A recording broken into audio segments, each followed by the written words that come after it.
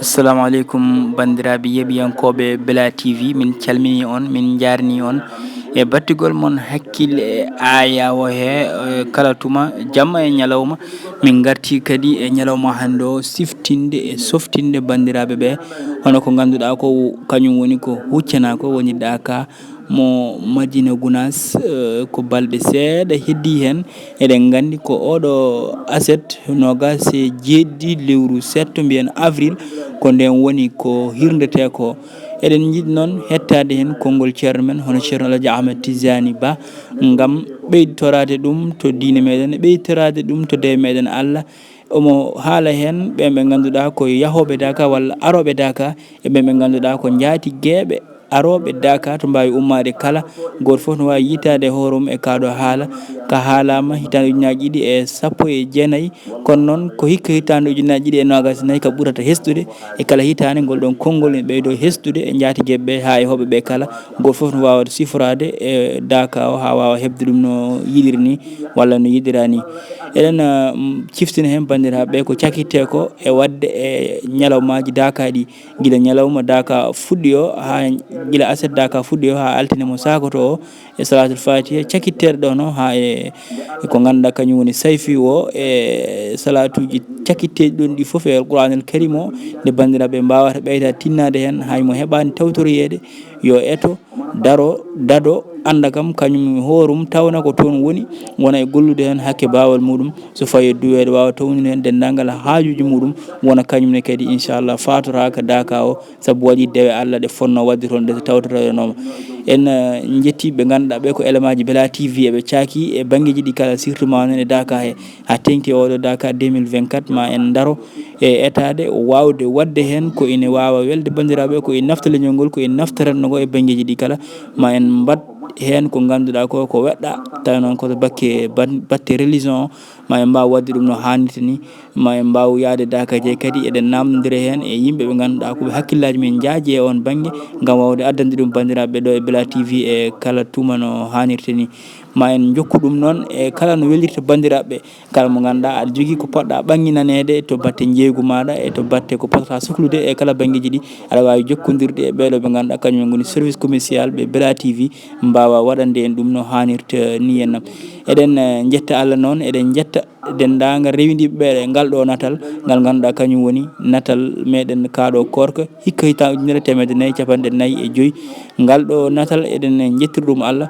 ko jangga hen fama yo Allah ɓeydu ɗum, ko jangga hen famaka yo Allah dandu en hen woni fandare men nde ko nde wotere. Nde wonno noon nafoore natal ngal yettima ɗo fandare nde yettanoki, eyyi nafoore natal ngal yettima ɗo fandare nde yettanoki. Ɗum ɗo noon ko hunde yettirtede Allah. Ngal ɗo natal ma ngal jokku wadde e kala ñalande. Eɗen ciftina bandiraɓe ko hadisaji woni ko ɓurɗen wawde wadde hen. Hadisaji ɗi noon so en mbaɗiɗi hen ko hunde nde poɗɗen wadde, nde wonno hadis ko haalanilaɗo Allah. Ene noon ganduɗen tan ko hadis rawahu Kari, en ganda hadis o ina selli walla sellani. Nde wonno ko caggal Oumar ibn al-Khattab hadisaji baɗaɗi ɗi ɗi ɓuuri ɗon hande. Nde ko waɗata noon nden ko ujunnaji, hande o ko temedde ujunnaji hadisaji jalti e banggueji ɗi kala. Donc en mbawa andude oɗo hadis woni celluɗo, oɗo woni mo sellani. Enen kam gandal men yettoyaki toon, en mbaɗat tam gam naftude bandiraɓe addenen haalde ɗum ɗo noon ko ɓen ɓe ganduɗa ko wonɓe e nder internet o ina kaala e hadisaji ɗi ko ganduɗa ko gonga mi wawi wiide wona ɗum ɓe pooti haalde, kono noon koɓe kaali ko hakke jeenɗe ma mbiɗa haalda ko yiyande mum. En gummoraki ɗo jaborade hen goɗɗo, en gummoraki ɗo ustude hen neɗɗo goɗɗo, kono noon koɓe kalde ko kadi ko ɗum woni ko addata gandal ngal ko. Eyyi hadis ina yeddo kañum wayano Qur'ana ni. Qur'ana kam kañum ala ko wawi ɓeydade hen, ala ko wawi ustade hen, ko kalɗa foof ganduɗo ɗum nan hedde maɗo ma wima holto ɗum woni e nder deftere nde. Donc hadis kañum wayani noon. Qur'ana o ko Allah fewni ɗum, Allah jippinan ɗum mo fewni o, ko kanko kadi renata ɗum e banggueji ɗi kala. Hadis noon neɗɗo no yiiɗi foof no wawi arde haala wima ko rawahu Kari. En noon sen ngala ngal gandal, en ngala ngal humpito, en jettoyaki toon e banggue arabi o, so en mbaɗiɗen tan ko ha nafta bandiraɓe, ha bandiraɓe mbawa ɓeydade hen kadi en mbatta ɗo ko ina usta yimɓeɓe inchallahu taala e banggueji ɗi kala. Ɗum ɗon noon aya mon Bela TV ene wetnani on jungo e banggueji ɗi kala ene wetnani on jungo e kala no porton yiɗirde e kala no porton wawde fewntorade e nder ayaw he kala eɗen bennani ɗum moƴƴere Bela TV koko udirtemme ɗe e banggueji ɗi kala ma en guerto noon jokkodirde hen e bandiraɓe hewɓe sikku surtout ma noon hatanteɓe ɓe ganduɗa kañumen goni Daka TV eɓen e golle baɗɗe fayida e golle mantiniɗe ɓen ɗon neɗɗo wawa haalde Daka Madina Gounass taw haalani Daka TV nde wonno kamɓene kadi ko golle beɗɗaɗe ɓe mbaɗata hen golle baɗɗe fayida surtout ma noon e directeur ji ɗi mbaɗata ɗi surtout ma e subaka o yimɓeɓe foof ina cifra ɗum yimɓeɓe foof ina daara ɗum e banggueji kala en noon woni fandare men tan ko ɓeydade walliddeɓe e yajnude ko wawata ko waɗete toon ko e banggueji ɗi kala inchallahu taala Bela TV e Daka TV foof ko gotumi e on banggue gam yidde softinde julɓeɓe to mbawata tawede kala nder jewkiji nayyi windere nde taw kañumen kadi pittali ɗi e ruhuji ɗi ina mbawa tawede ɗo e nder boowal Daka ngal no hannirta ni hennam ɗum noon en jetti bandiraɓe foof e kuuɓal e battugol mumen e ngoɗo ayaw Bela TV ko onon goni doole ɗe nde wonno doole lingu ko ndiyam doole lingu ko ndiyam minen min ngala ko ɓuuri on e banggueji ɗi kala ko onon goni waɗoɓe abbuneɓe onon goni ittoɓe jawɗele mbaɗa hen ɓe onon goni yeɓoɓe e banggueji ɗi kala ɗum ɗon noon ko alda e limtude min jetta ɗon tan min jarno on e banggueji ɗi kala onon goni yiɗɓe yo en gon enen goni yiɗɓe leñol ngol ɗum ɗon noon saabi ha eɗen mbaɗira ɗum hono ni nde wonno ngakkanɗe garoje hen ɗe kadi en jafno bandiraɓe won noon ko neɗɗo timmani tabitani kala ko golli ko timmani tuume hen woɓɓe tuume ko timmani kadi tawe hen yo Allah rokku en tawede saahaji kewɗi taw eɗen ɓeydi en gussaki ɗum noon ko musidɗo moɗon Ousmane Oumar Touré ɗo e yeeso ayawo he hono Bela TV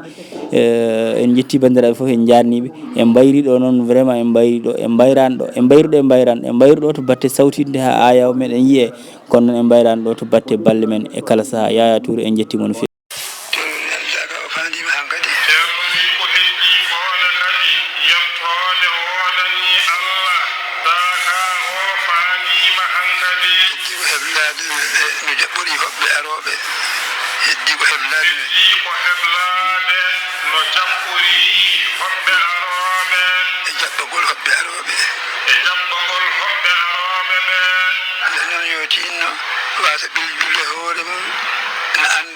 Madina Gounass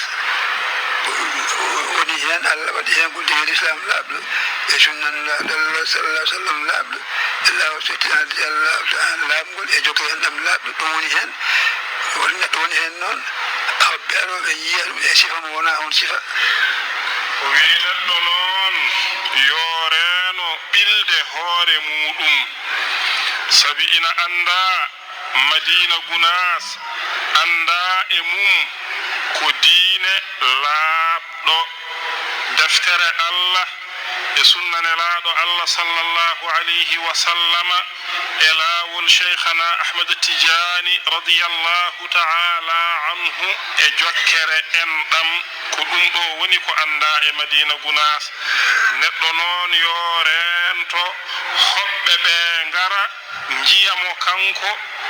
tawa ko jiida e ko wona e mum ko e ko jiida ko anda e Madina Gounass ko yo neɗɗo rento ɗum sabu so neɗɗo